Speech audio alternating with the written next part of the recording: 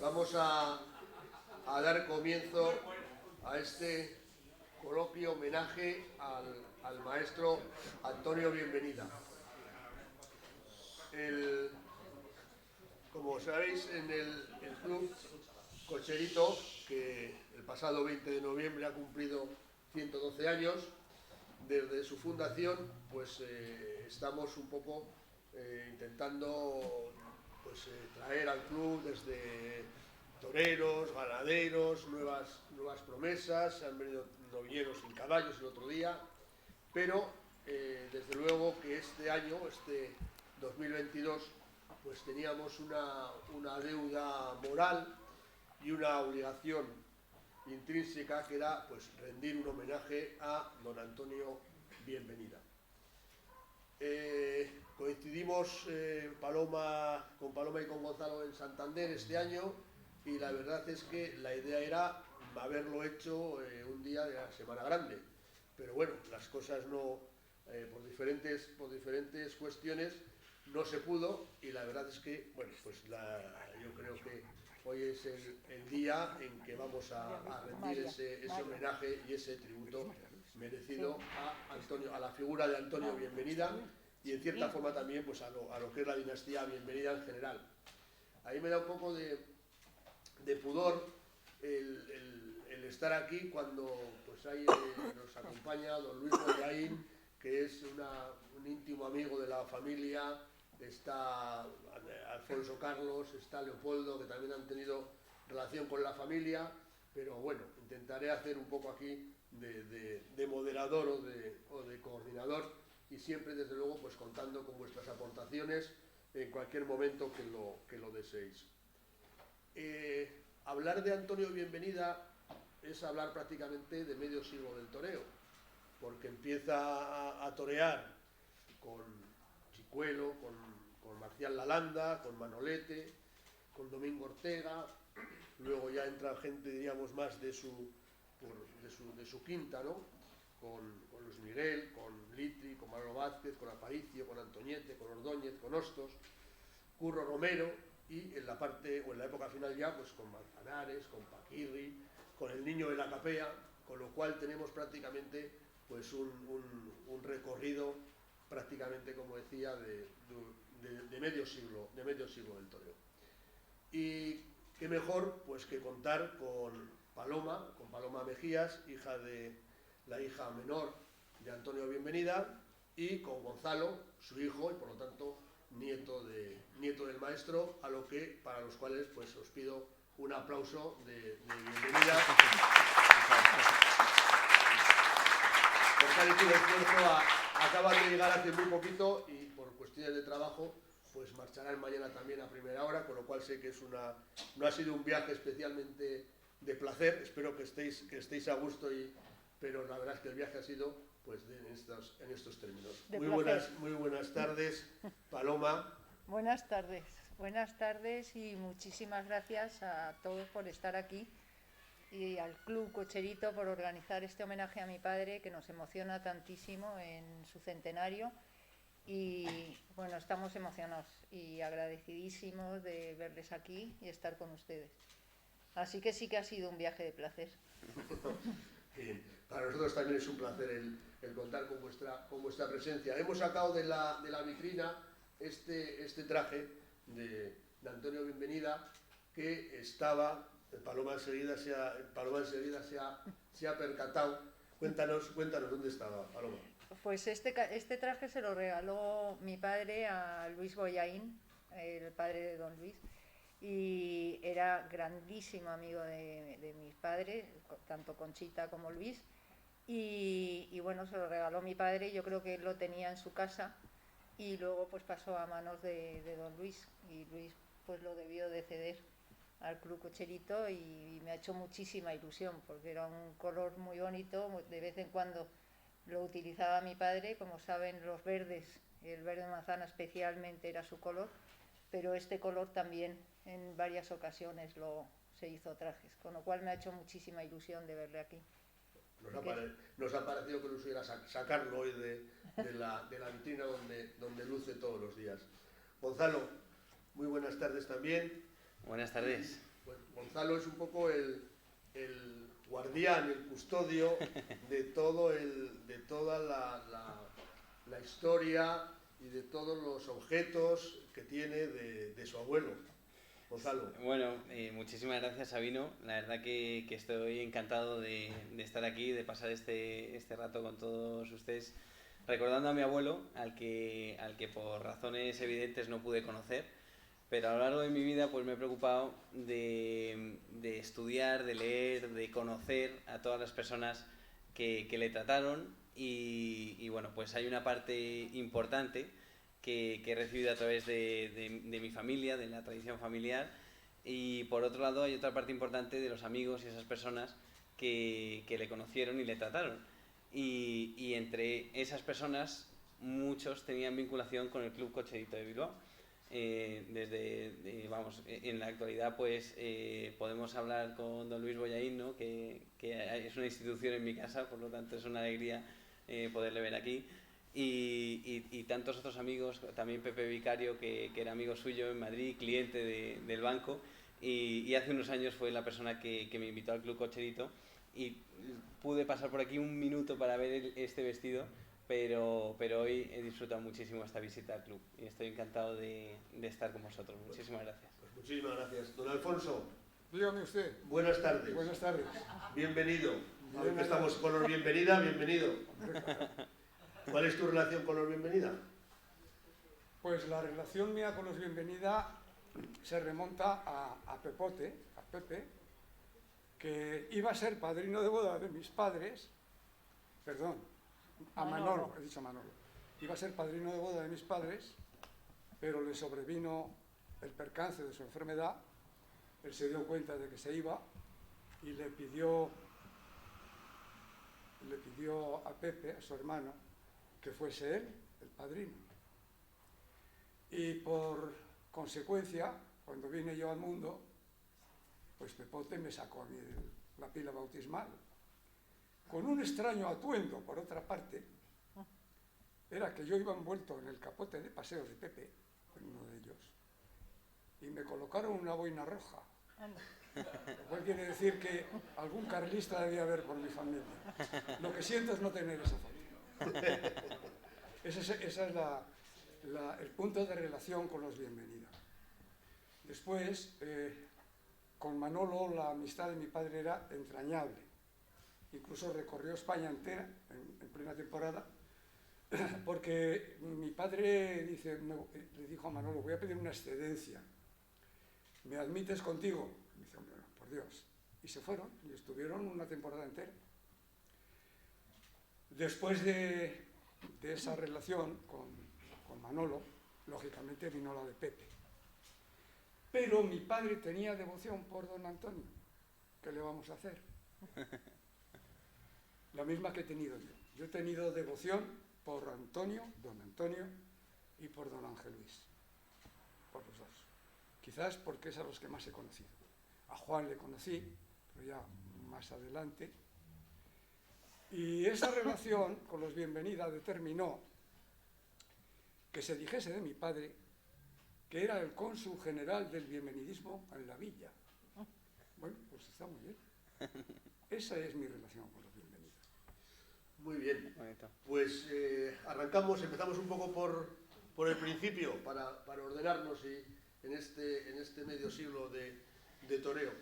Gonzalo, nos sitúas un poco a tu abuelo Antonio Bienvenida en el año 1922, cuando viene al mundo en Caracas, un poco cómo estaba en ese momento, por qué estaban en Caracas, un poco sitúanos, por favor. Sí, pues mi abuelo efectivamente nace en 1922 y nace en una familia auténticamente de toreros.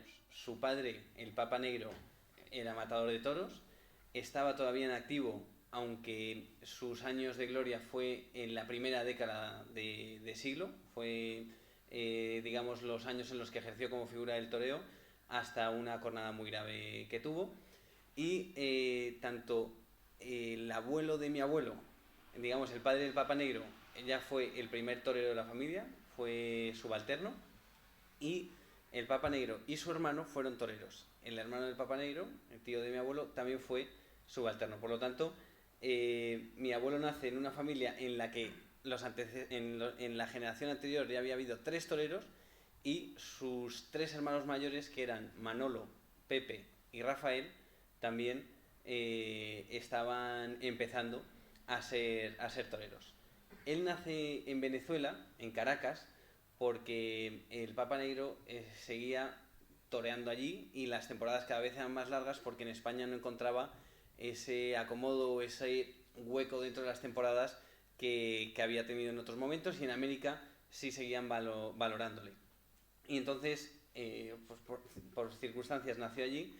Incluso se quedaron unos 10 meses más después de nacer mi abuelo viviendo en Caracas. Pero mi bisabuela, sevillana, de la calle Pimienta, Carmen, decidió que no iba a bautizar a su hijo hasta volver a Sevilla con agua del Guadalquivir. Entonces le pidió a un sacerdote allí que le hiciera alguna bendición, pero que el bautismo tenía que ser en Sevilla, que era lo que ella quería. Y entonces, casi año y medio después, cuando nació mi tío abuelo Ángel Luis, que fue el hermano siguiente y fueron uña y carne durante toda la vida, pues fue el bautismo de los dos en Sevilla, en la iglesia Omnium Santorum, donde también se bautizó a Juan Belmonte.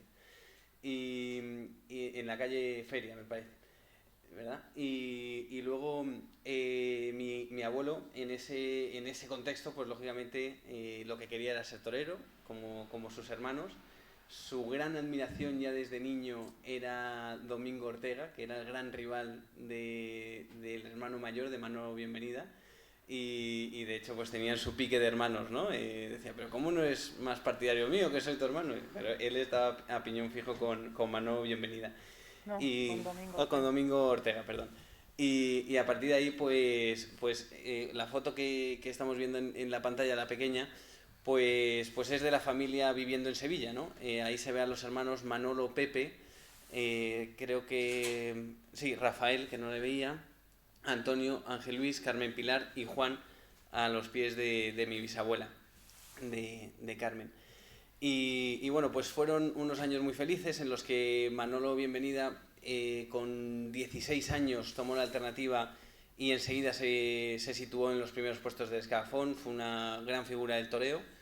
Y bueno, pues hasta el año 33, en el que sucedió un episodio trágico en la familia, murió uno de los hermanos, uno de los niños, Rafael, y a partir de ahí mis bisabuelos toman la decisión de trasladarse a Madrid.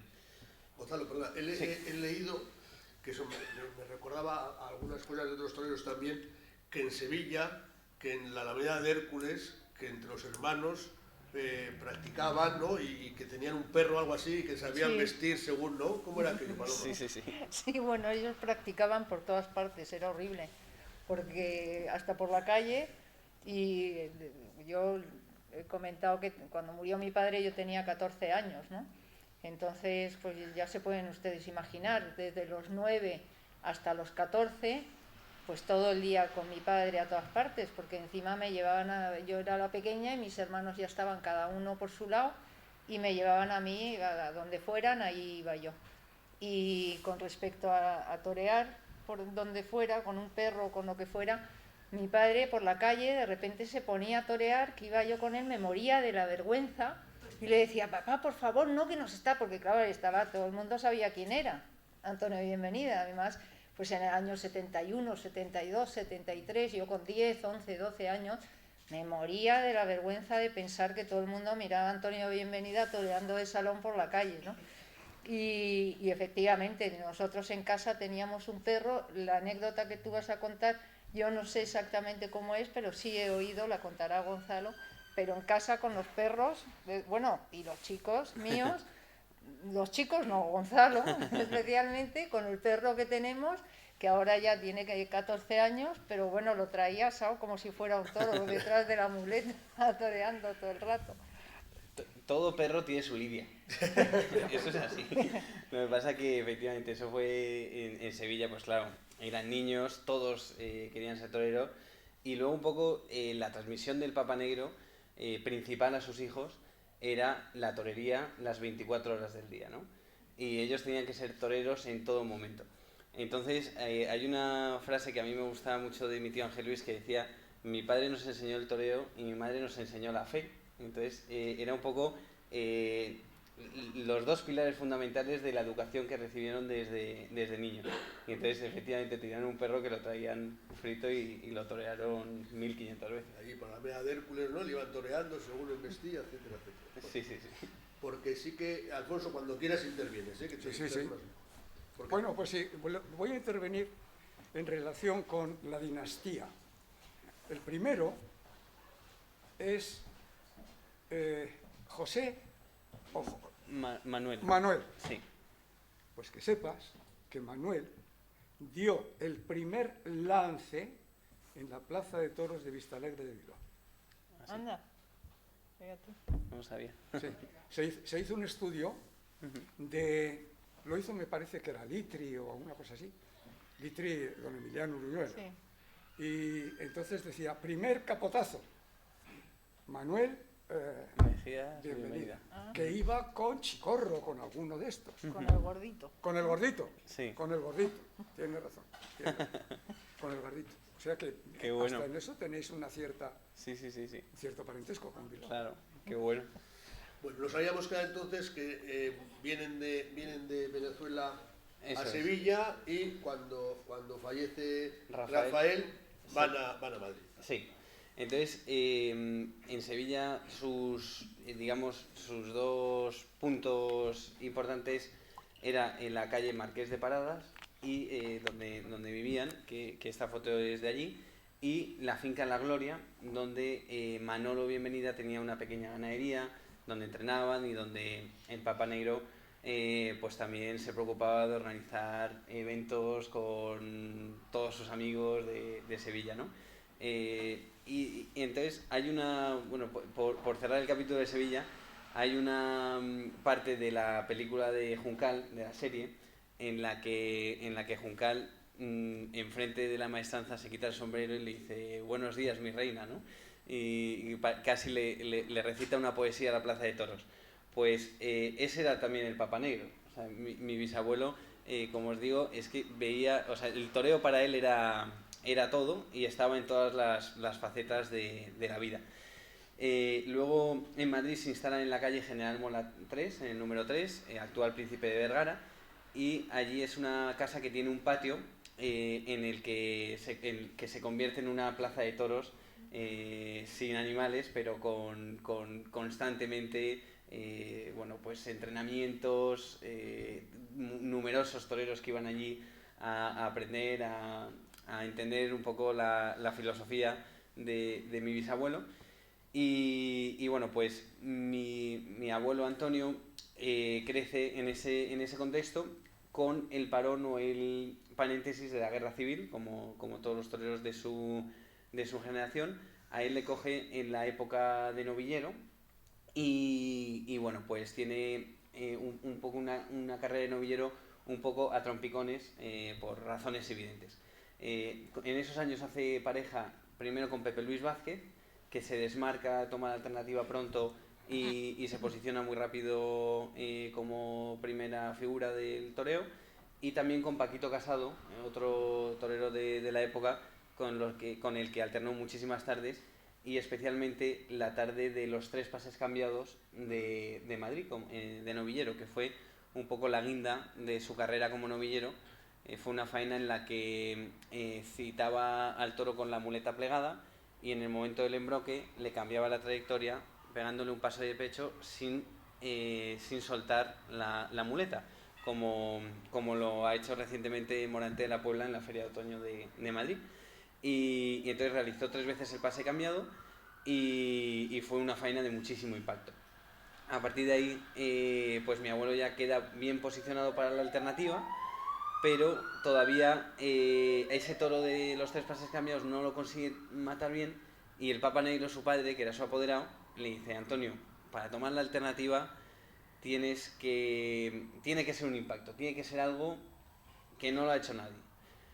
¿Qué te parece si tomas la alternativa con Miura, mano a mano con tu hermano Pepe?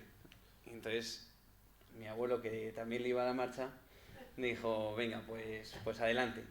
Y esa alternativa pues fue muy sonada. Gracias solamente al anuncio de la alternativa firmó ese año cerca de 70, 80 corridas de toros, una barbaridad para la época.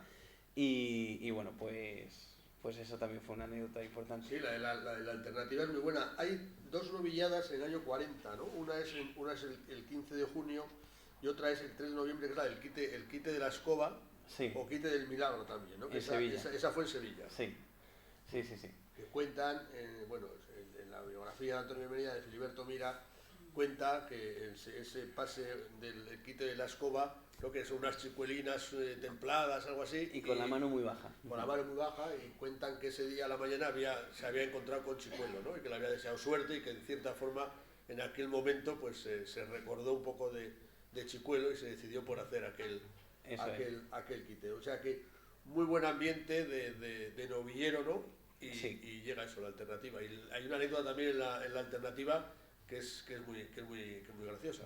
Sí, tomé la alternativa en el año 42, sin haber cumplido todavía los 20 años, y que es un poquito tarde para la época, pero claro, con esa circunstancia que decimos de la guerra, ¿no? Y ahí hay una anécdota que por la mañana, el día de la alternativa, que era el domingo de Ramos, era la corrida que inauguraba la temporada de las ventas, no estaban todos los toros de Miura. Había habido algunos con lesiones, otros se habían rechazado, y finalmente los dos hermanos decidieron no torear esa tarde, por lo que se tuvo que suspender el festejo, les metieron en la prisión provincial y finalmente se celebró el Jueves Santo la alternativa de mi abuelo con los toros de Miura, porque ya había dado tiempo a llevar toros de la finca El Cuarto, que estaba en Sevilla, no era todavía Zajariche, aunque en ese año fue el traslado.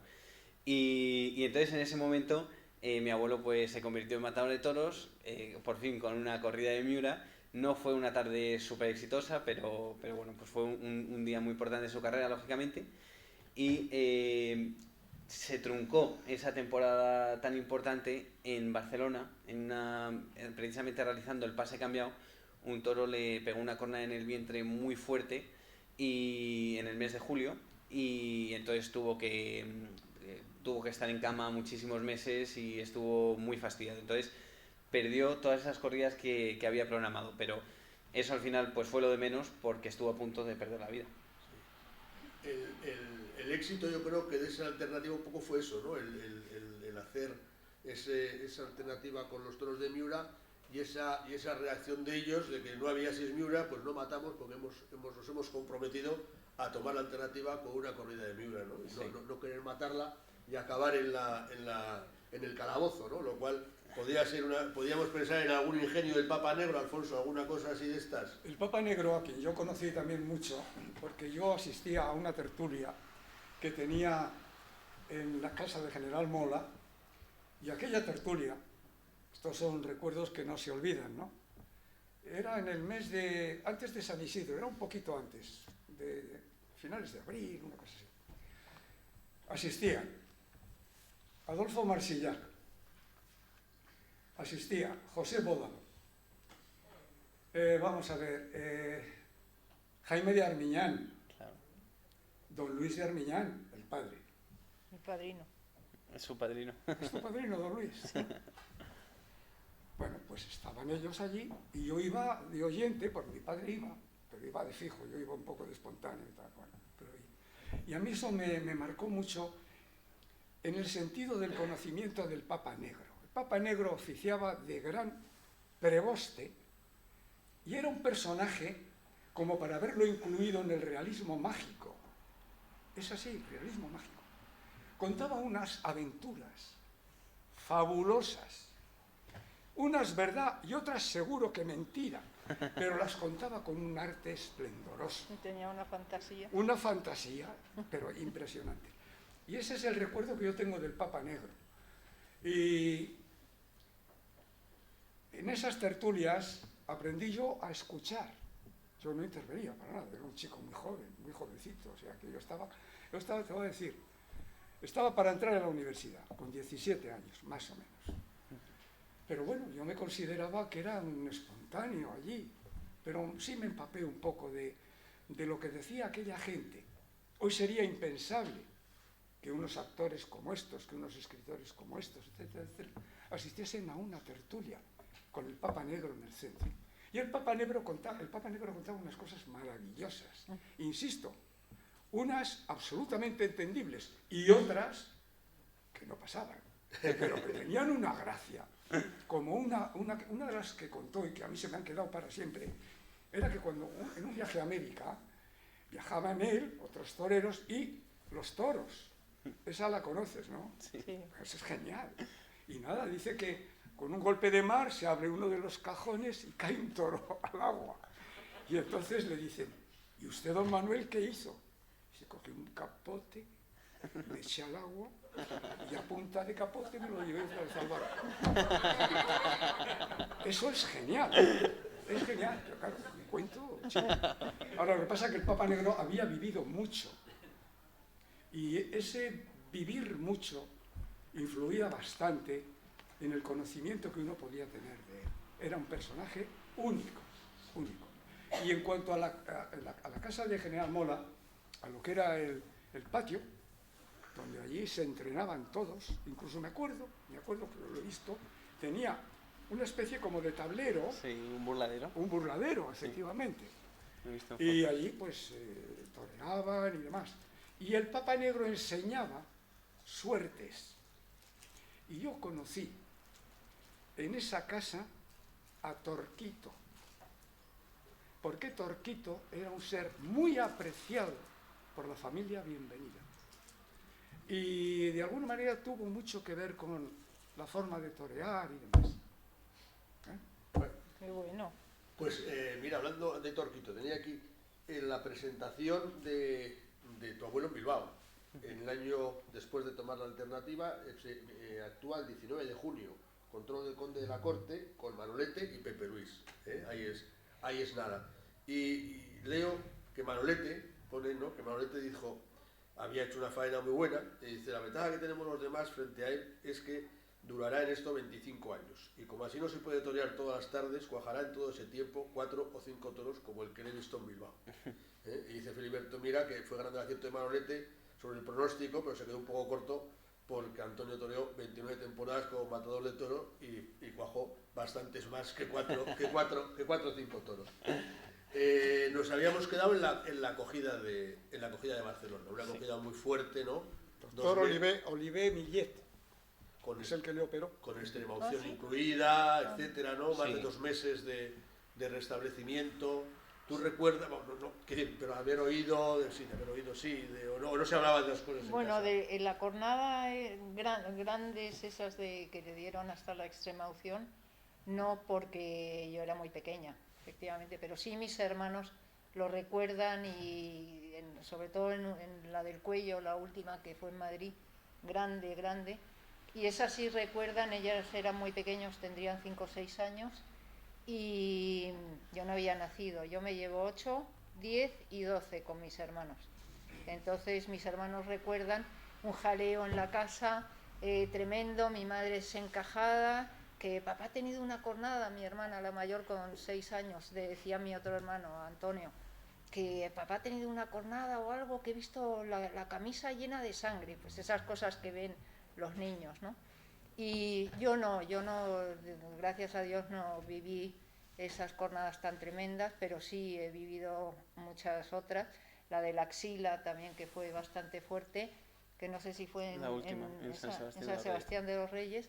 Y luego pues en las piernas, pues algún puntazo, alguna cosa así. Y era increíble mi padre cómo se sobreponía a esas cornadas y cómo intentaba transmitirnos que no tenía dolor cuando eran cornadas fuertes y parecía que no tenía nada, ¿no?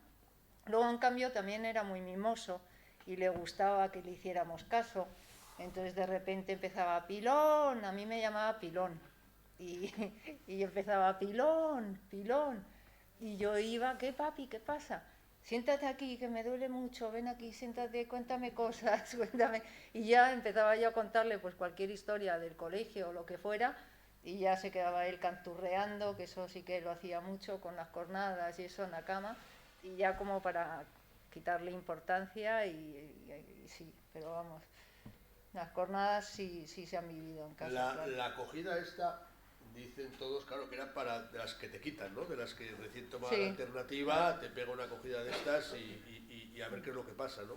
Sí. Y él se restablece de la acogida y el 12 de octubre vuelve en la misma plaza de Barcelona donde había tenido la acogida y un poco a hacer prácticamente la misma faena de la que había tenido, ¿no? Sí, es lo que es su obsesión. O sea, hay una película de José María Forqué que se llama Yo he visto la muerte y tratan una cornada de mi abuelo en el cuello, que es la que mencionaba mi madre en el año 58. Y el guión de esa... Efectivamente. El guión de esa película lo escribe Jaime de Armiñán, gran amigo de la familia, y entonces en ese impasse que hay desde la cornada hasta que vuelven a torear los toreros, mi abuelo decía una frase que era como si estuviera muerto como torero en ese tiempo y que el día que se pone delante del toro es como una resurrección, ¿no? Vuelve a la vida de torero. Y entonces esa cornada de Barcelona, que fue terrible, fue brutal, de hecho es que no había ni penicilina, las curas eran horrorosas, le tenían que sacar las gasas del vientre todos los días. Bueno, me contaba mi abuela que cuando escuchaban cuando escuchaba el carrito de las curas por el pasillo ya se ponía a tiritar, pues sabía que le iban a hacer muchísimo daño, ¿no? Y entonces él, su obsesión cuando volvió a torear era volver en Barcelona y volverse a vestir con el mismo traje con el que le habían pegado la cornada y además hacer el mismo pase. Y en el mismo sitio.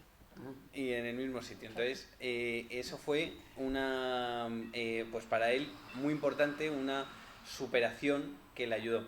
Y luego cuando se retiró, Vicente Zavala padre publicó una serie de memorias, de conversaciones, y decía que una de sus grandes satisfacciones era haber superado aquello que la gente decía que Antoñito Bienvenida se había acabado en la cornada de Barcelona.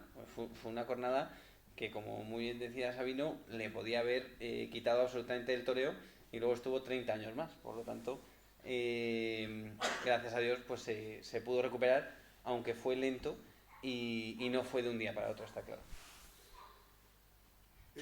Después de ese regreso en Barcelona, coinciden más o menos los biógrafos en hablar de una primera etapa durante los años 43, 44, 45 y 46.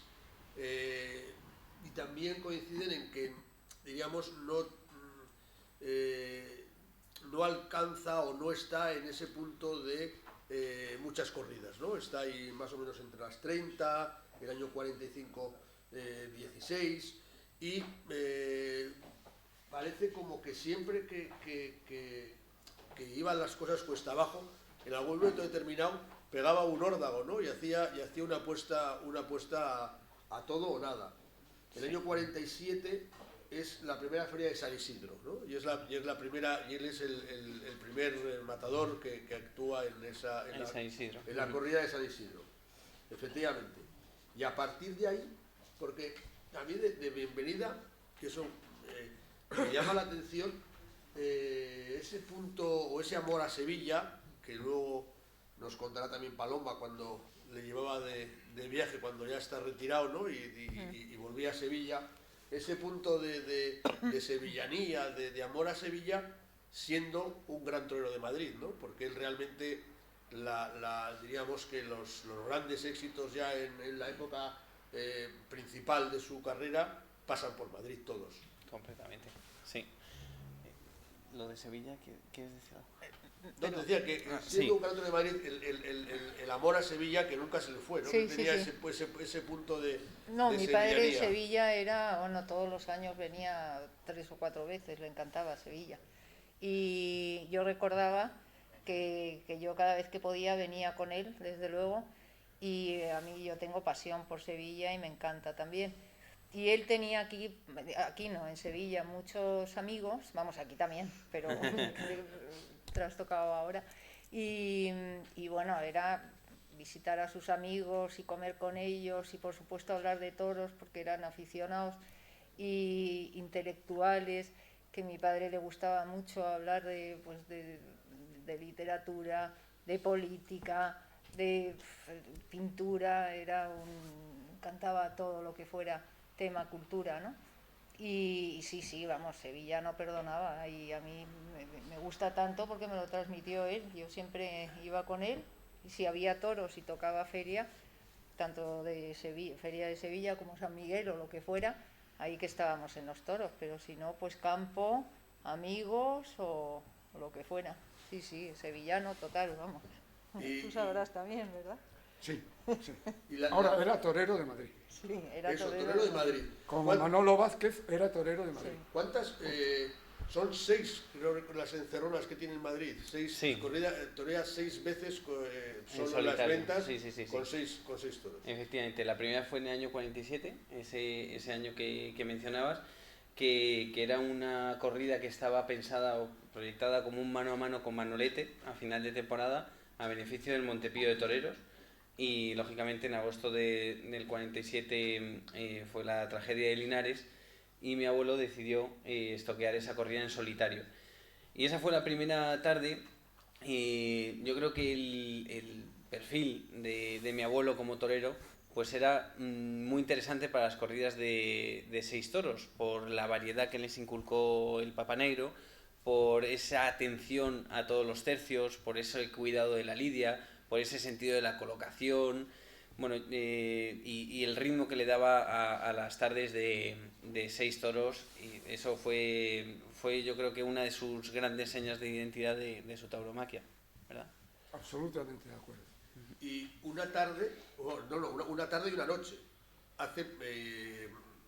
se anuncia para matar 12 toros, 6 a la tarde y 6 a la noche, ¿no? 6 y 6. No, 12. 12. Sí, 12.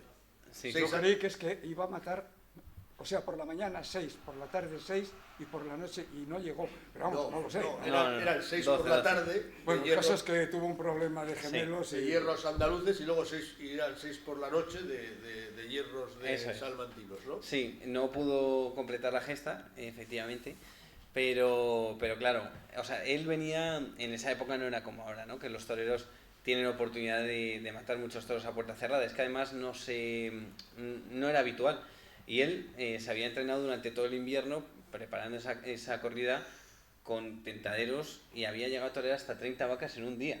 O sea, el fuerte y físicamente estaba perfecto. Lo que le pasó fue que él hizo lo que siempre hacía después de una corrida de toros, y se equivocó, porque después de matar la primera tarde, el primer festejo, fue a su casa y hizo el recorrido que siempre hacía. Él se vestía en General Mola, en la casa de sus padres, de la familia, y hacía siempre lo mismo. Le daba un beso a su madre, pasaba por la capilla a dar las gracias al Cristo del Gran Poder, se desvestía, se daba un baño de agua caliente y luego comentaba la corrida con su padre, con el Papa Negro.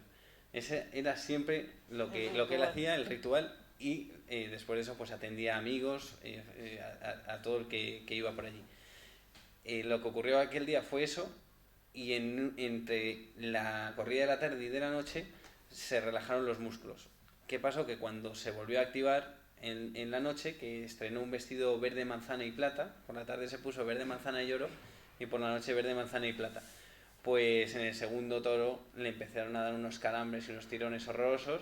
Intentó seguir, mató el tercero ya con dificultad, y le dejó el resto de la corrida a un sobresaliente que se llamaba Antonio Maillo, y entonces pues tuvo que retirarse a la enfermería. Se quedó con esa espinita de decir, joder, era la gran gesta que quería hacer, ¿no? Y luego ya durante su carrera volvió a torear en otras ocasiones 6 toros, varias veces, pero ya nunca se anunció con los 12 toros, porque es que voy a cansar a la gente y creía que no iba a aportar nada, ¿no? Efectivamente, con 12 toros, ¿eh? Ahí es nada. Tenía mucha relación con Conchita Cintrón. Mucha. ¿No? Y cuentan que en una corrida que no acababa de matar, o que se le atragantó la espada, le regala un estoque Conchita Cintrón, ¿no? Y que luego toreó mucho con él, ¿no? Sí. Conchita Cintrón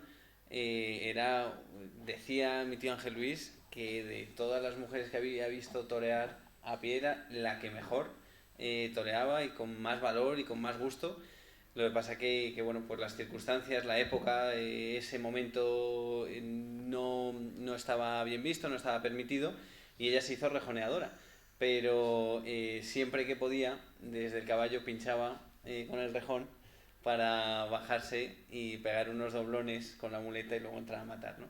Y entonces mi abuelo, la verdad que le tenía muchísimo cariño. De hecho tenemos en casa un toro del año 59, una corrida de toros que lidiaron Julio Aparicio y Pepe Luis Vázquez con mi abuelo en Madrid, y es una faena, un toro de Juan Antonio Álvarez que mi abuelo le cortó las 2 orejas y se lo brindó a Conchita Cintrón, o sea que la vinculación era grande, sí.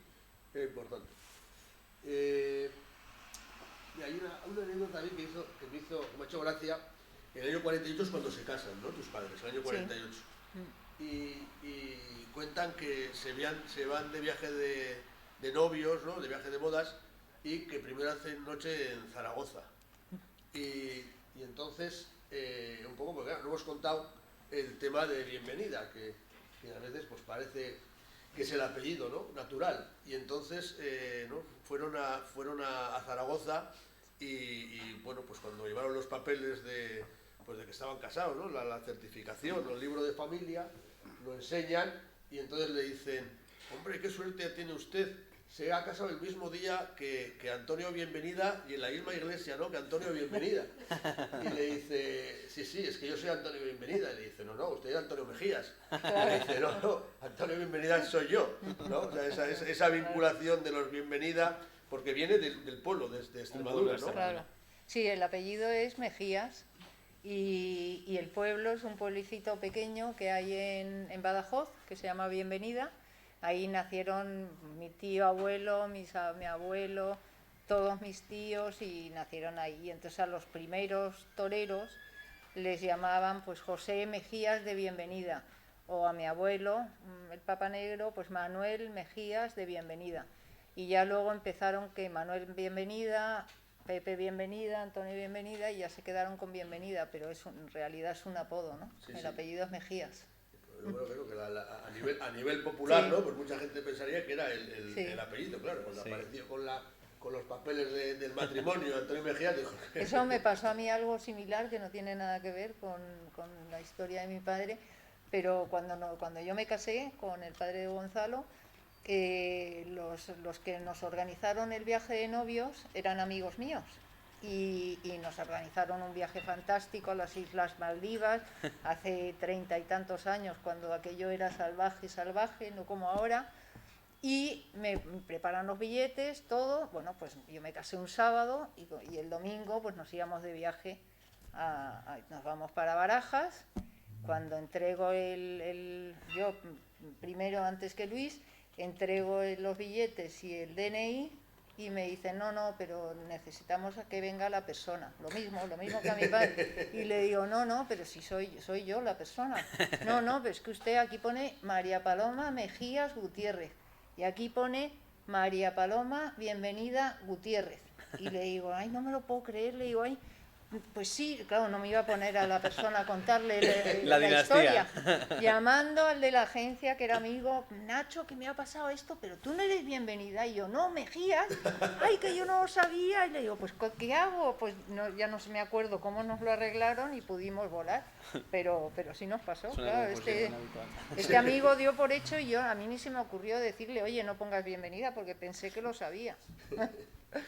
Oye, a los tres, al que quiera. ¿Cuándo Antonio Bienvenida pasa a ser don Antonio? ¿Qué época? Para mí ha sido siempre. Sí, pero bueno. Es decir, yo hablo de él como de don Antonio. Sí, bueno. Pero a nivel de pues, público en general, ¿no? Hombre, él estaba toreando en Madrid. Ya le habían dado la Cruz de Beneficencia por su labor en favor del prójimo, en este caso concreto, Montepío de Toreros. Y un señor a quien llamaba el Ronquillo empieza a torear con la muleta y coge y dice: silencio, que está toreando don Antonio. Y don Antonio se quedó para los restos, porque era don Antonio. Eso es don Antonio, no puede ser de otra forma. Don Antonio y la sonrisa, es otro elemento, ¿no? que no pasa, que es una parte también de su personalidad. Eso forma ¿no? parte de la influencia del Papa Negro también. Lo que pasa es que muy bien asimilado por don Antonio. El Papa Negro siempre les decía a sus hijos que sobre todas las cosas lo que había que tener es un gran respeto al público y hacer participar al público de la alegría que un torero tiene cuando está en la plaza. Y de ahí surge esa sonrisa, sonrisa única, porque todos los demás hermanos han sonreído. Yo he visto fotos de todos ellos sonriendo, menos de Pepe, pero de todos los demás, de todos. Pero es que la sonrisa de don Antonio era especial. Ya podía estar por dentro, que le estuviesen comiendo los hígados, que él sonreía. Ya podía estar contrariado, que él sonreía. Y esa sonrisa es muy importante en un artista, ya no hablo de un torero, en un artista, porque transmite sosiego, transmite naturalidad, transmite un estado de ánimo que al público le gusta sentir. Esa es la sonrisa. Y Antonio Bienvenida, desde que llegaba a la plaza, estaba sonriendo.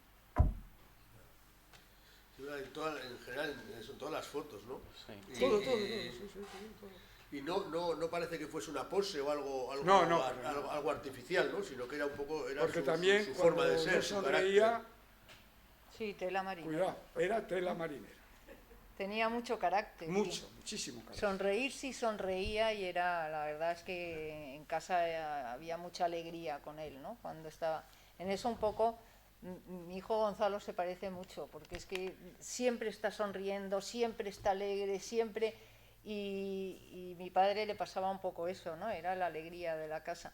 Pero también es verdad que tenía mucho carácter y para ser torero tienes que tener mucho carácter. Mucho carácter. Y cuando se enfadaba y te imponía muchísimo, porque además a lo mejor no te decía nada, pero te miraba de tal manera que te lo estaba diciendo La todo. mirada era Entonces, terrible. Sí. Terrible. Sí, él solamente con mirarte yo a lo mejor pues le daba una mala contestación a la chica que trabajaba en casa o no obedecía, que cuando mi madre me decía, oye, venga, vete al baño o lo que fuera. Y yo no, remoloneaba o lo que fuera y mi padre hacía así con la mirada y bueno, yo es que salía, pero vamos, corriendo al baño, a lo que fuera, vamos, sí. Yo les voy a contar una anécdota que viví personalmente, vamos, una anécdota, una categoría, a fin de cuentas. Logroño. Yo vivía en Logroño en aquella época. Estamos hablando del año 1951 o por ahí. Y le convocan para que participe en un festival taurino a beneficio de las hermanitas de los pobres. Él acude, como no podía ser de otra manera, acude. Pero dijo previamente, hombre, si a mí se me contrata en la feria de San Mateo, porque esto iba a ser aproximadamente pues, en octubre, si se me contrata en la feria de San Mateo, yo tengo que corresponder y mis honorarios íntegros van para las hermanitas de los pobres. ¡Guau! Se formó ya una que, bueno, claro, se le contrató para el festival. Ocurrió lo siguiente, que en la feria de San Mateo de aquel año, yo no puedo recordar si fue en el año 1951, 52, por ahí andaría. Pues toreaba con Aparicio y con Litri. La cosa no salió bien para ninguno. Y entonces el Litri pidió el sobrero. A don Antonio le chocó mucho, porque aquí normalmente no se pedían sobreros en aquella época.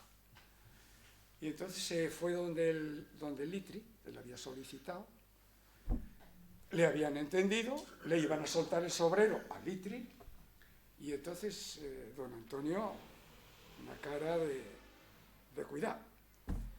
Habla con él unas palabras, el otro recula y entonces dice el sobrero para mí. cortó una oreja. O sea, fue lo único destacado de aquella corrida. Bueno,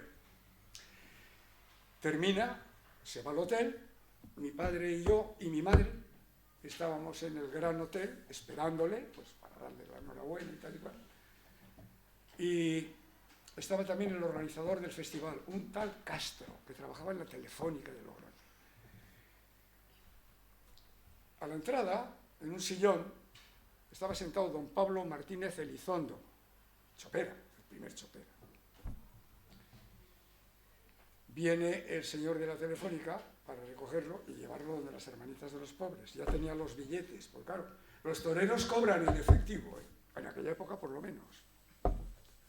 Le habían quedado a don Antonio limpias, después de liquidar gastos de cuadrilla y demás, 50.000 pesetas. Era un dinerito en aquella época. Hace un paquete con el dinero, lo mete en un maletín, ¡pum! Y se van a marchar. Y entonces don Pablo Martínez Elizondo, gabardina y boina, le dice, Antonio, un momento. Sí, dígame, don Pablo. No, le quería advertir que me tiene usted que pagar me tiene que pagar el sobrero. La cara de tu padre era para verla. Y le dice lo siguiente. Don Pablo, lo primero, para hablar conmigo, quítese usted la boina. No, quítese usted la boina. Eso es decirle a Pablo Martínez Elizondo. Y el otro se la quitó. Y le dije, y no se preocupe, que ahora no voy a retirar nada de esta cantidad porque es para las hermanitas de los pobres, pero mañana tiene usted en San Sebastián lo que usted me quiera cobrar por el sobrero. Ese era don Antonio Bienvenido. Ponerle firme al amo de la empresa española. Evidentemente, don Pablo no le perdonó jamás. No, nunca. luego. Y cuando se murió en el lecho de muerte, eso lo sé por otras vías, les pidió a sus hijos, Jesús y Manolo, que Antonio Bienvenida no pisase una plaza que ellos llevaran. La verdad sea dicha es que acabó pisándolas. ¿Por qué? Porque les convenía a los Chopera, a los dos hermanos, a Jesús y a Manolo. Pero la anécdota se las trae. Vaya cara que le puso. Se quitó la boina y como un pobre hombre pasándole el dedo a la boina y tal. Se tragó el tema. Ese era don Antonio. Don Antonio. Oye, una cosa de la que no hemos hablado es el tema de la denuncia del afeitado, que tuvo mucha importancia, ¿no?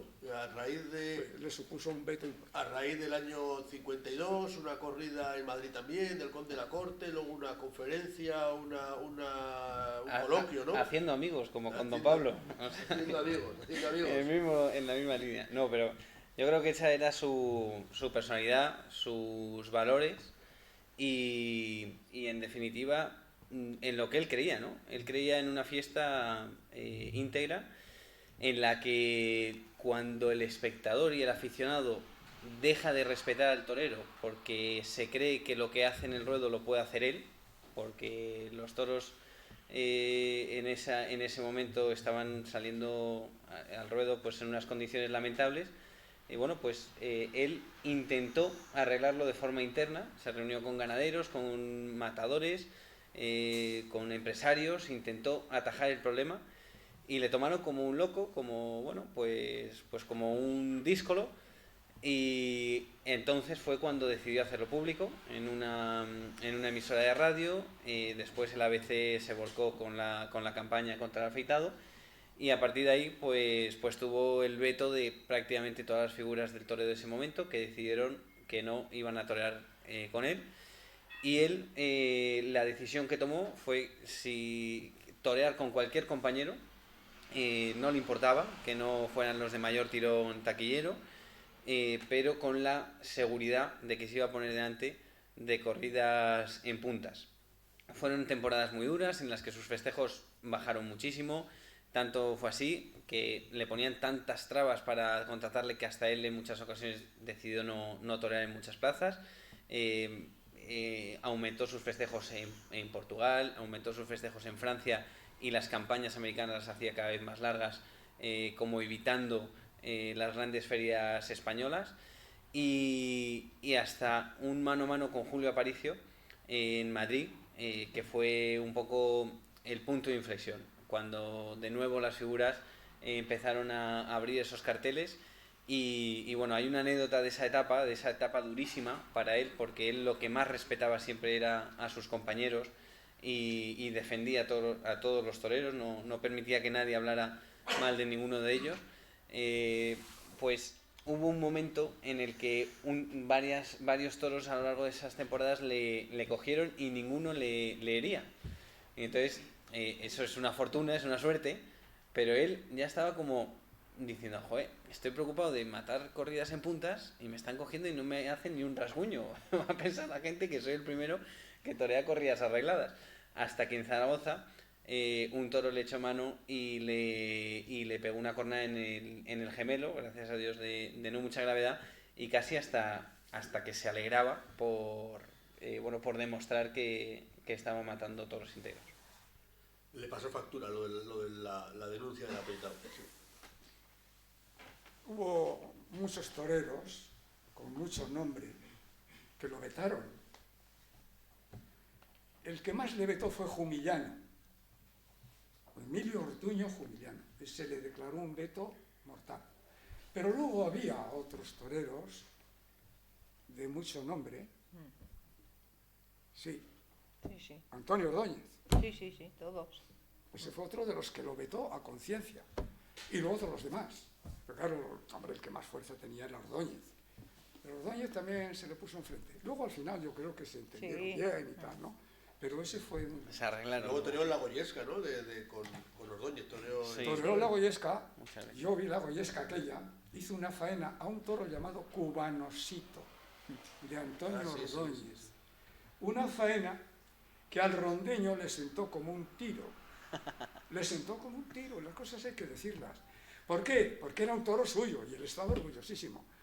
Pero es que Antonio Ordóñez no había toreado nunca con ese temple, con esa majestad y con esa ligazón, y yo creo que eso le sentó fatal, que ese toro le tocase a él. Sí. Lo indultó. Sí. Indultó el toro. Cubanosito. Indultó el toro de Ordóñez. Sí, señor. Que eso todavía es como para más. Para que escueza, ¿no? Bueno. Qué memoria, madre mía. No, qué bonito. Son años, Iban entrando en liza todas estas figuras, ¿no? Que estábamos hablando ahora, Ordóñez, Hostos, luego ya más adelante el Viti, Pago Camino. Y en el año 63, en el 62, el cordobés le pide que le dé la alternativa. Es una cosa también que llama un poco la atención, ¿no? Un torero, diríamos, ortodoxo como don Antonio y con su rectitud en su proceder, ¿no? Que llegase Benítez y que le pidiese que le diese la alternativa, ¿no? Eso fue que en el 62, ¿no? 62, sí. Eso fue en el 62. Sí, en el 63 la alternativa, pero ibas en el 62 y se suspendió. Fue en el 63. Sí, eso es. Samuel Flores. Sí. Bueno, el cordobés tenía una muy profunda admiración por quien era lo contrario que él. Y quiso que se la diese. Sí. Se lo pidió, punto. Y don Antonio, accedió encantadísimo, porque claro, dar la alternativa al cordobés era importante, muy importante. Y eso fue todo, porque luego ya el cordobés no toreó demasiado con don Antonio de Rey.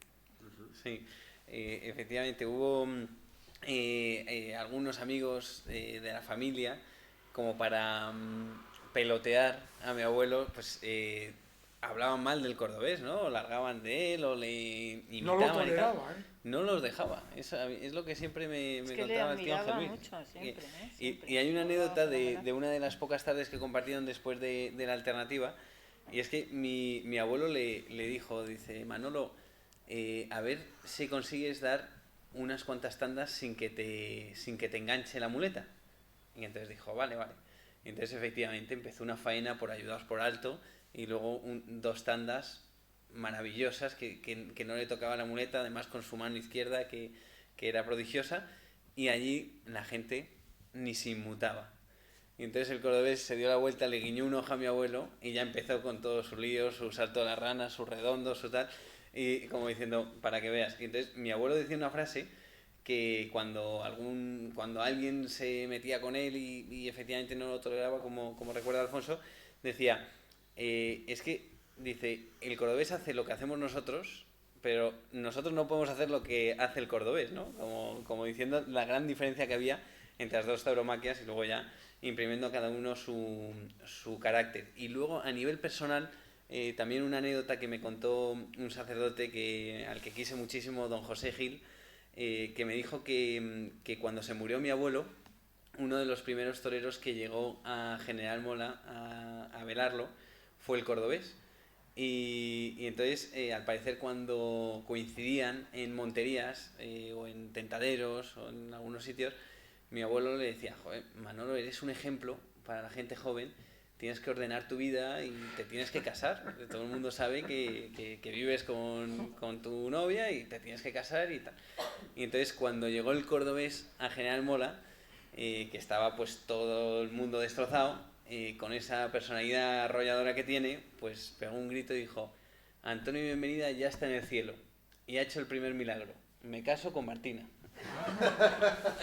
Y entonces, claro, todos allí que estaban muy tristes, pues provocó risa y bueno, pues fue, y efectivamente en el año 75 se casó el Benito. Bueno, o sea que nada más ya había hecho el milagro.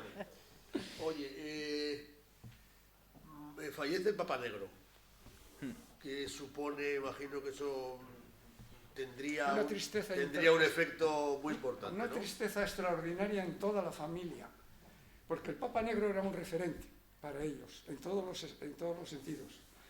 Pero es que se da una circunstancia, y es que la familia Bienvenida, me estoy refiriendo ahora a la familia de los hermanos Bienvenida, era una familia ejemplar, única, se adoraban todos. Y la muerte del Papa Negro fue un eslabón que se les quebraba y que realmente todos se sintieron huérfanos. Y eso, la verdad se dice que les marcó para siempre. Insisto, era una familia muy unida y el padre, pues era el eslabón, era el eslabón. Sí. Tienes que contar la anécdota tan bonita. Sí. De mi padre cuando... Sí, eso que me encanta. cuando falleció mi bisabuelo, el Papa Negro, Conchita Cintrón cuenta en un libro, Conchita Cintrón que la hemos mencionado antes, cuenta que se encontró unos días antes de torear en las ventas en San Isidro con mi abuelo y le dice, ¿qué tal, Antonio? ¿Cómo lo llevas?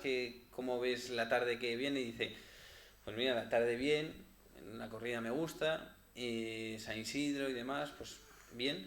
Dice, pero tengo una preocupación y es que no va a ser la primera vez que toré en las ventas sin estar mi padre en el callejón.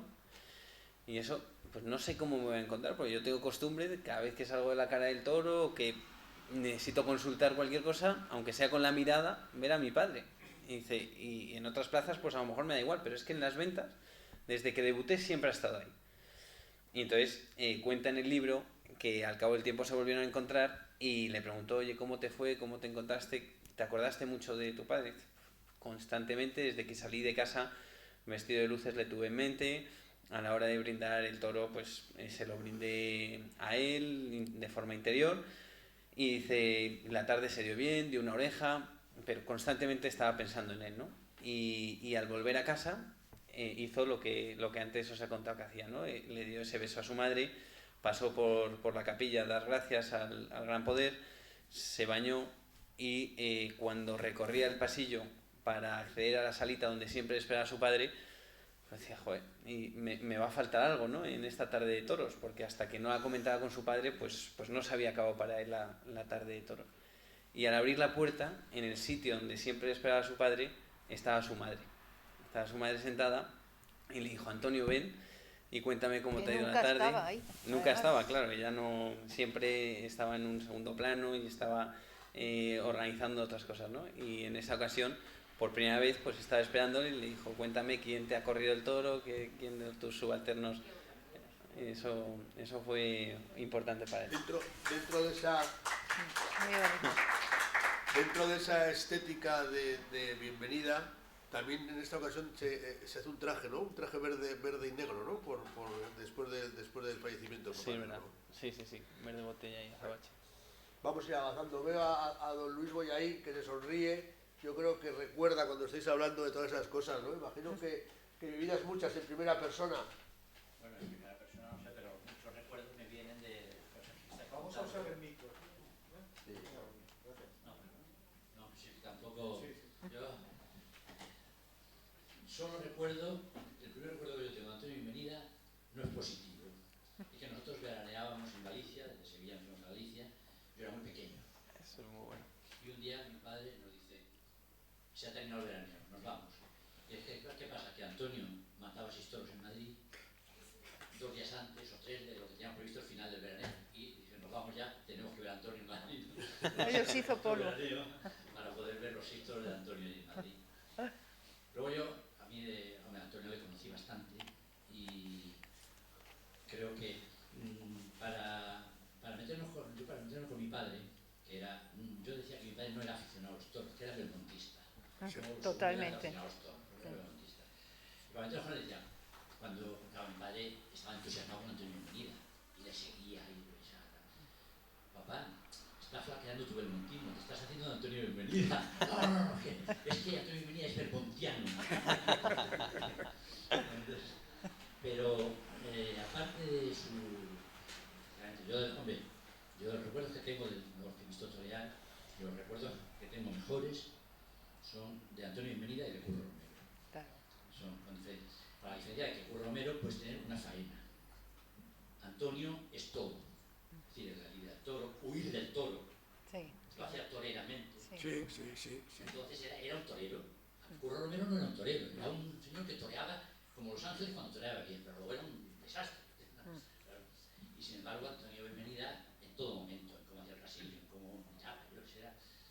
Pero luego, a mí lo que más me... Ya eso no me extendió, porque es muy tarde, además no, he sido cogido a lazo, pero a mí lo que más me impresionaba de Antonio, no solo su categoría humana. Sí. O sea, soy un gran torero, para mí de los mejores, yo el que mejor he visto. Pero sobre todo lo que a mí me ganó totalmente de él es su categoría humana, su preocupación por los demás, su fe,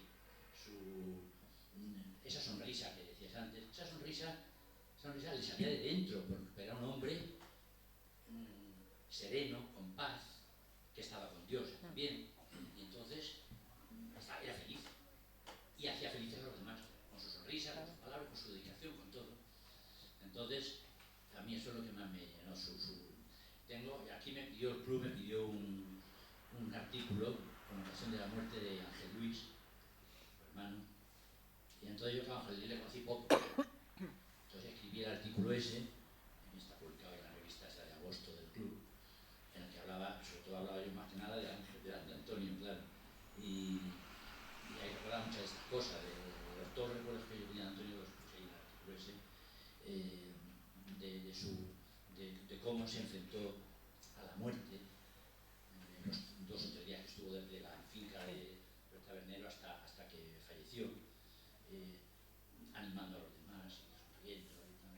Bueno, pues todo eso, yo el recuerdo humano de Antonio es lo que más recuerdo. Muchas gracias, don Luis. Leopoldo, a ver.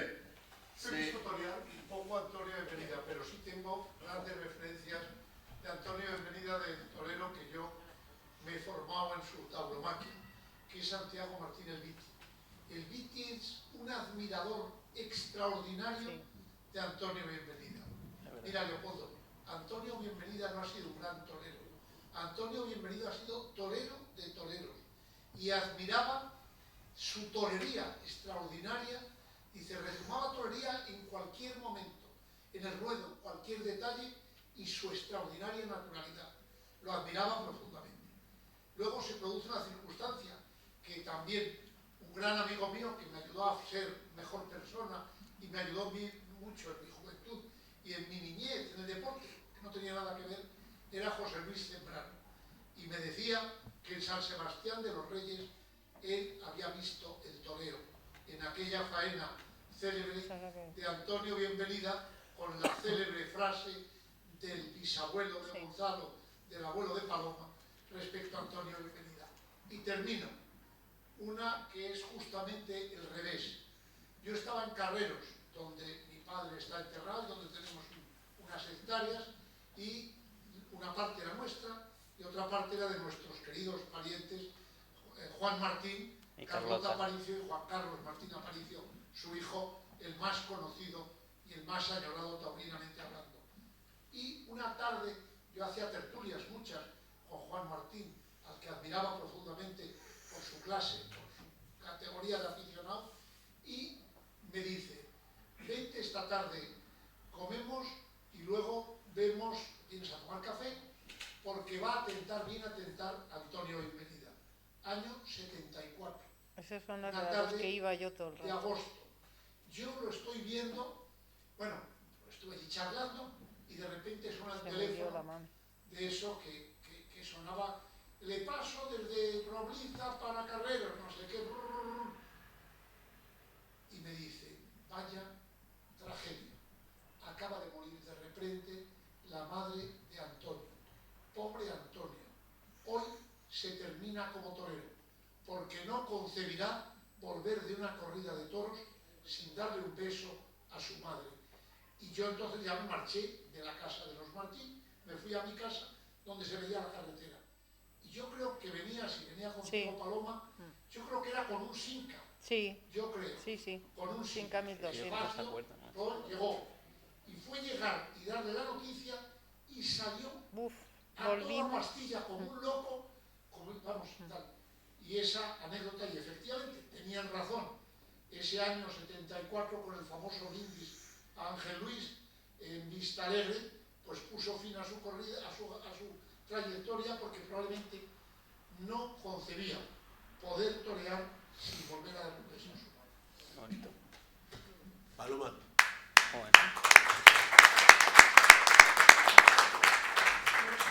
Estoy un poco... Una cuestión, ya que es un gran dibujador Gonzalo. Mi hermano Emilio estudió, hizo la carrera de arquitectura en el Colegio Mayor Moncloa, en la avenida de la Moncloa. Y dice que jamás ha oído hablar de toros y divulgar también los toros como Antonio Bienvenida y Álvaro Domé, que fueron a unas tertulias al Colegio Mayor Moncloa. Es verdad. Bueno, muchísimas gracias por vuestra intervención, muy emotiva para nosotros.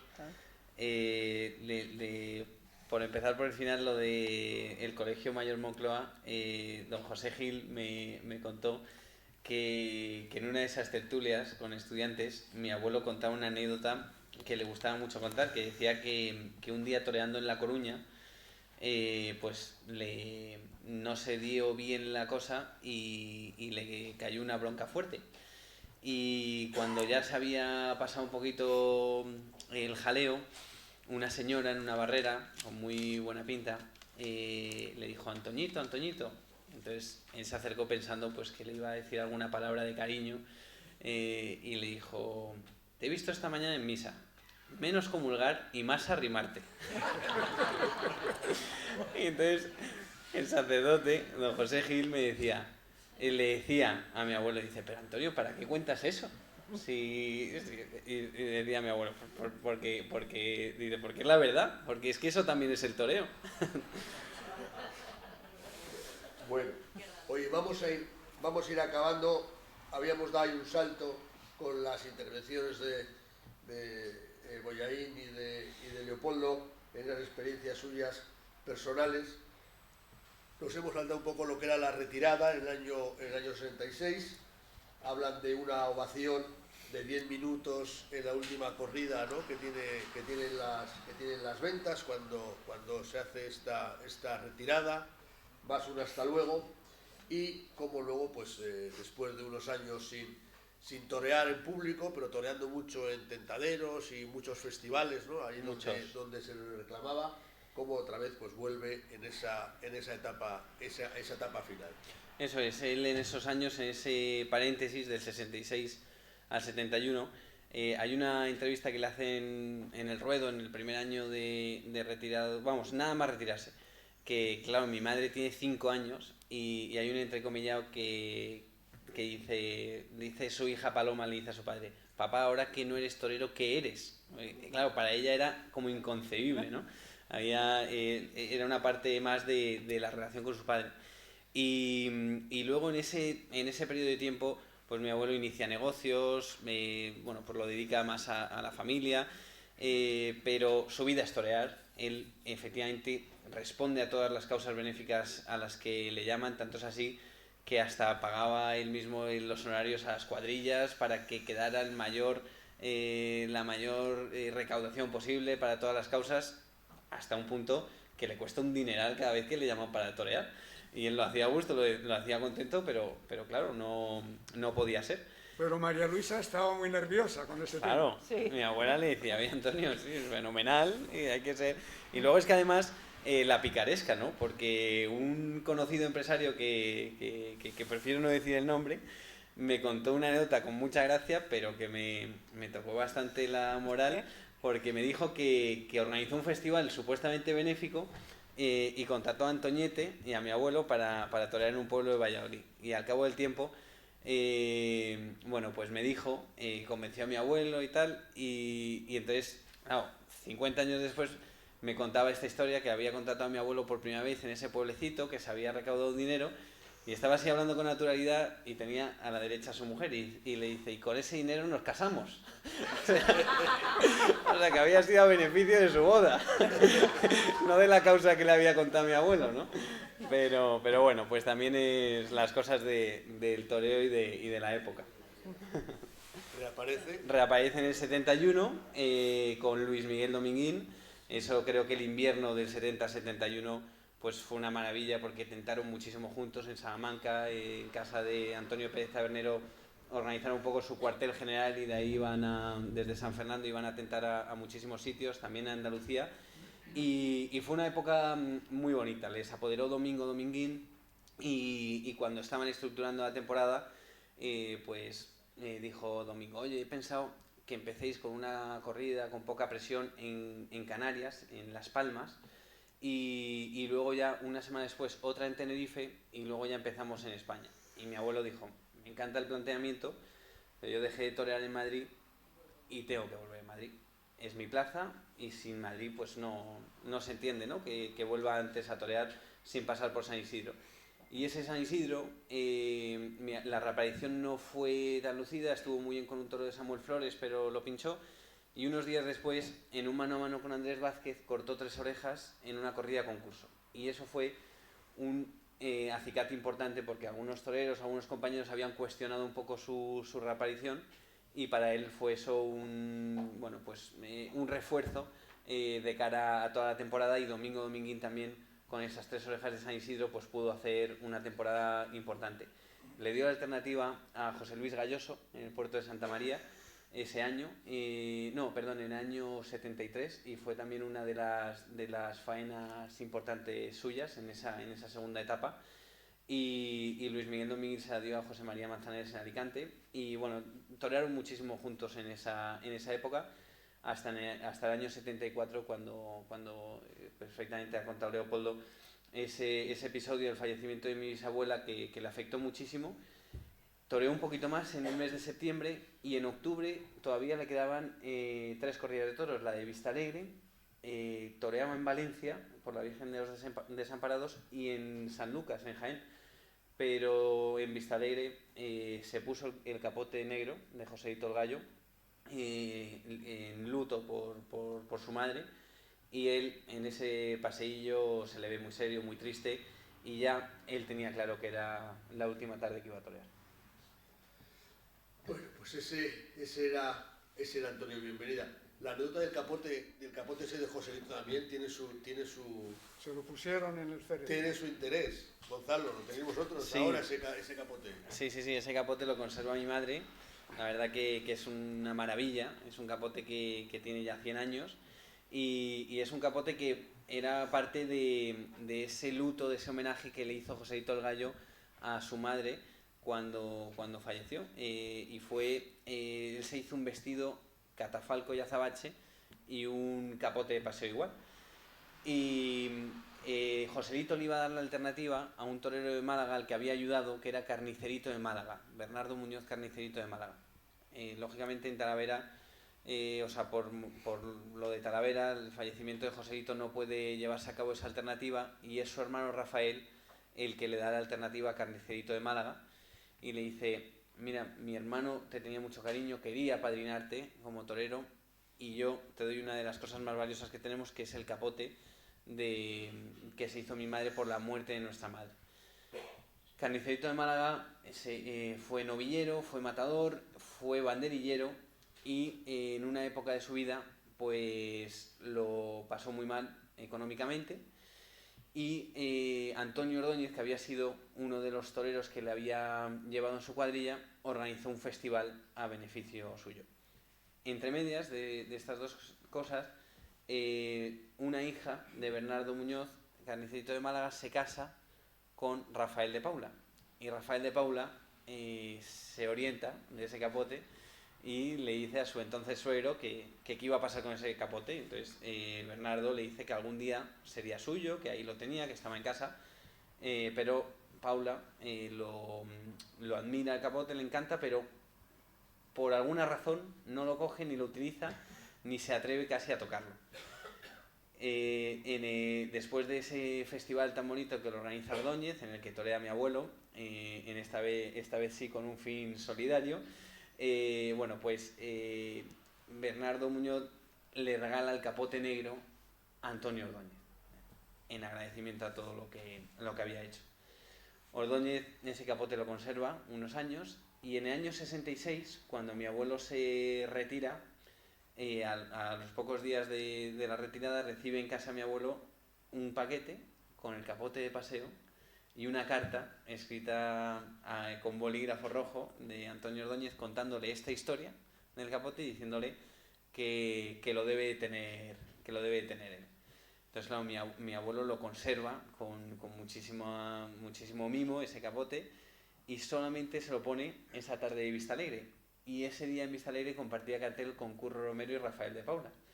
Y Rafael de Paula, cuando ve el capote negro, dice: este capote creo que es el que es, ¿no? Y entonces se acerca y le dice: maestro, ¿ese es el capote que creo que es? Y le dice, dijo, ese capote es mío.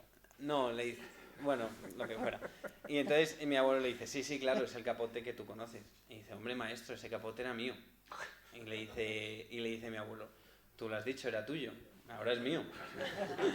Y entonces el maestro, durante muchas entrevistas en muchos sitios, ha hablado de ese capote negro, ¿no? Es como una espina que él tiene, que él considera que tenía que haber sido suyo. Cuando yo le conocí a Rafael de Paula en el puerto de Santa María, hace más de 10 años, de las primeras cosas que me preguntó, me dijo: ¿tú eres hijo de Paloma? O sea, ubicado perfectamente a la familia, y dice: ¿vosotros tenéis el capote? Yo: sí, maestro, lo tenemos y tal. Y entonces estaba con uno de sus hijos, luego he tenido la oportunidad de conocer a Bernardo, pero me parece que la persona que le acompañaba era Jesús, y como que para amortiguar un poco el corte, dijo: hombre, lo tienen bien conservado, está en buenas manos el capote, ¿no? Y entonces el maestro dijo: bueno, pues sí, pues también es verdad, ¿no? Porque luego él, pues con el tiempo ha perdido muchas cosas y demás. Y yo he estado con él recientemente y también es uno de los temas que saca recurrente, ¿no? Sí. Ordóñez, me decías, de Alfonso, le vetó en su momento, le puso pegas, pero bueno, ya ves que al final, al final le hizo, eran muy amigos. Al final le hizo un regalo valiosísimo. Bueno, pues yo quería, si me permites, en atención a mi nieta Mariana, que está ahí, estuvo comiendo en casa el otro día y me decía: ¿de qué vas a hablar? Y yo: no sé, de lo que se tercie, no lo sé, pero yo no voy con ningún guión preparado. Y entonces me dice: pues hombre, yo creo que tendrías que hablar de los valores de la familia Bienvenida y en especial de los valores que aportó Antonio Bienvenida. Bueno, pues yo esta tarde he estado haciendo unas notas y va para ti y para todos los que están contigo, gente joven. Qué bonita propuesta. Sí, pero es una propuesta muy bonita, ¿ves cómo se sonríe? Pero, bueno. Sí. Entonces yo creo que como final, Antonio Bienvenida representa los máximos valores que tiene la tauromaquia. Por ejemplo, valor vocación. Antonio Bienvenida era un vocacional puro. Solidaridad con sus compañeros, nunca jamás permitió que se hablase mal delante de él de ninguno, y solidaridad con el prójimo que necesitaba de unas pesetas para tirar para adelante. Espíritu de sacrificio, mucho, se cuidaba mucho don Antonio, mucho. Le costaba muchísimo. Y ese espíritu de sacrificio se manifestaba también en la manera que tenía de superación del dolor. Claro. Educación exquisita, exquisita. Yo creo que, sin hacer de menos a nadie, eso es un patrimonio de los Bienvenida y punto, es un patrimonio. Orgullo por su profesión. Y después, un conjunto de elementos que confluyen en una ética del toreo, de una estética del toreo y de una épica del toreo. Todos esos valores que son transmisibles para quien quiera recibirlos, los tenía Antonio Bienvenida. Y hay, en un poema de Gerardo Diego, que es precioso, que se llama Égloga Antonio Bienvenida, hay unos versos, no voy a leer más que uno. Oh jornada feliz del Montepío. Montepío de Toreros, él fue el heredero de Bombita en preocuparse por solidaridad con los toreros. Triunfo del pundonor, gesto de brío. Paseo de cuadrillas. Y triple y uno, el único maestro. Esto tiene algo que ver con el uno y trino. Balanceando el brazo diestro con ritmos de Caracas y Sevillas. Ese era Antonio Bienvenida. Qué bonito. Vale. Sí, ahí hay alguien que quiere. Yo. Nada, que... Bueno, soy la madre de Mariana, la hija de Alfonso, íntima amiga de Miguel Mejías, Miguel Bienvenida también. Y sí quería hacer una última pregunta, al hilo además de lo que ha dicho don Luis, precisamente, y va dirigida a los dos, pero especialmente a Paloma, y no referente al toreo de Antonio Bienvenida, del cual últimamente también además hemos hablado hace poco en Citero con una mesa en la que participó Miguel, y sobre esa evolución de la tauromaquia tomando como referencia los 100 años del año Bienvenida, ¿no? Pero precisamente por esa categoría humana a la que ha hecho alusión don Luis Boyaín, y que aprende muchos de los alumnos que, bueno, de hecho yo tengo familia en Artelueta, entonces yo sí, y hablando de valores, la pregunta sería, porque yo tengo que confesar, y además con mucha emoción, que yo desde que conozco a la familia Bienvenida, gracias a mi padre, que conocía a Ángel Luis, aprende muchísimo de valores humanos, aprende mucho de lo que es respetar al compañero, de lo que es respetar a otras personas, y tengo que decir que si me pongo un poco hasta tiquismiquis diría, es que esta gente no hablaba nunca mal de nadie, o sea, casi dices, pues, es que a ver, somos humanos, ¿no? Y mucha gente dice, puedes criticar de vez en cuando a alguien, ¿no? Es como, bueno, un pecado venial, ¿no? O sea, pero no, es que es imposible escuchar a un Bienvenida hablar mal de alguien en general, de su entorno, como profesionales, como artistas, es imposible. Yo nunca les he oído hablar a Miguel mal de nadie. He podido oír observaciones, pero jamás he oído hablar mal. Y hablando precisamente de esa fe de la que hablaba don Luis y de cómo se veía esa fe en la cara, en la sonrisa, una fe trabajada, ¿no? Porque la fe se trabaja en realidad, ¿no? No viene sola, ¿no? Entonces, sí me gustaría hacer la pregunta, y porque además tengo 2 hijos míos aquí, yo tengo 3, Y una de mis grandes preocupaciones, que es la que precisamente nunca han tenido, que supongo que sí tuvieron desde el Papa Negro hasta las generaciones, hasta el final, con Gonzalo y sus futuros hijos, será precisamente dejar ese legado del amor a la familia, del amor a los padres, del amor a los mayores, del respeto a los padres, a la madre, el beso a la madre, o sea, todo eso que representáis vosotros, ¿no? Quería hacer la última pregunta, que sea, primero, ¿qué recuerdo tienes, Paloma, de tu padre como padre? Y ¿cuál es el secreto? Porque a mí, vuelvo a decir que, no sé si apoyándonos en la fe, apoyándonos en la educación, en las buenas costumbres, la verdad que mi preocupación es que mis hijos se quieran entre ellos. Mi preocupación es que sean capaces de quererse y de respetarse como se puede respetar las personas que estamos describiendo aquí, de lo mucho que os queréis, los bienvenida, lo mucho que entre vosotros, los primos, los tíos. Yo a Miguel le oigo hablar de la familia y es que se le ilumina la cara y es que nunca jamás permite que nadie hable mal de nadie de su familia. Entonces, ¿qué secreto hay? Porque yo estoy ahí en esa pelea constante. Creo que mis hijos se quieren mucho, pero tienen sus momentos, por supuesto, pero para que eso quede de fondo para siempre, para que haya... Yo creo que tú ya lo has conseguido. O sea, solamente con ese machaque de coco que tienes, queriendo que tus hijos se quieran, como el ejemplo que has puesto de mi familia, ya lo has conseguido seguro, porque es una maravilla. El secreto nuestro no ha sido nada más que el fomentar la familia. Mi padre todos los domingos convidaba a sus hermanos con mis primos y mi abuela a comer a un sitio determinado todos los domingos, con lo cual se veía una unión en la familia que desde que éramos pequeñitos lo hemos vivido. Las Navidades venían todos mis tíos, mis primos a cenar a mi casa. Mi abuela siempre ha tenido a todos sus hijos en su casa, en General Mola. Entonces, es que es una unión desde el principio que no se concibe otra cosa diferente, ¿no? Y yo, en mi caso, pues ¿qué te voy a contar? También he tenido, con 3 hijos, he tenido la misma preocupación que tienes tú.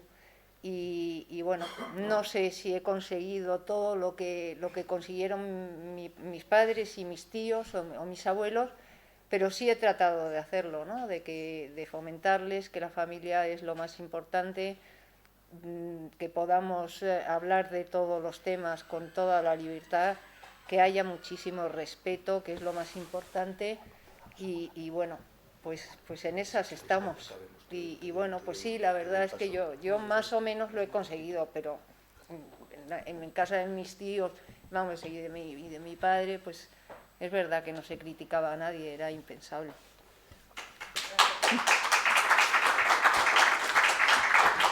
Y don Antonio, se lo he recordado a ella hace un rato, un día que estaba yo en la casa que tenían en la Florida, tomándome una cerveza con don Antonio.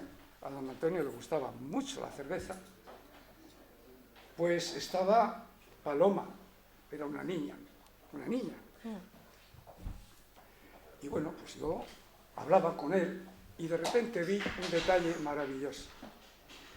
Don Antonio mojó el dedo en la espuma de la cerveza y se lo puso en los labios a Paloma. Eso me acordaré siempre. Bueno, pues muchas gracias. Medio siglo de toreo, valores, historia del toreo.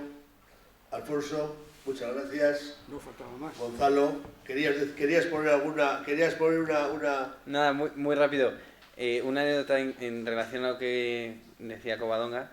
Mi tío Juan puso un negocio que no fue bien y hubo un embargo que, bueno, pues no dio tiempo a salvar unos cuadros importantes de la familia. Y mi abuelo se reunió con su hermano, con Juan y un abogado para ver lo que había pasado, ¿no? Y dijo, pues mira, no nos hemos enterado de cuándo era la subasta y se ha corrido el tiempo. Y mi tío Juan empezó a llorar desconsoladamente porque había perdido unos cuadros, como os digo, importantes para la familia. Y mi abuelo le abrazó y le dijo, Juan, solo son unos cuadros. O sea, para que veáis que aunque fuera algo importante, lo material estaba en un séptimo plano a la hora de hablar de la familia y de los hermanos. Del bar Mejías. Gonzalo, Don Mejía. muchísimas gracias. Y Paloma, muchísimas gracias también. El Club Cocherito yo creo que ha cumplido con esa homenaje en el año que tocaba del centenario del nacimiento de Antonio. Bienvenida, don Antonio, y qué mejor que con vuestra presencia. Muchísimas gracias. De verdad. Gracias.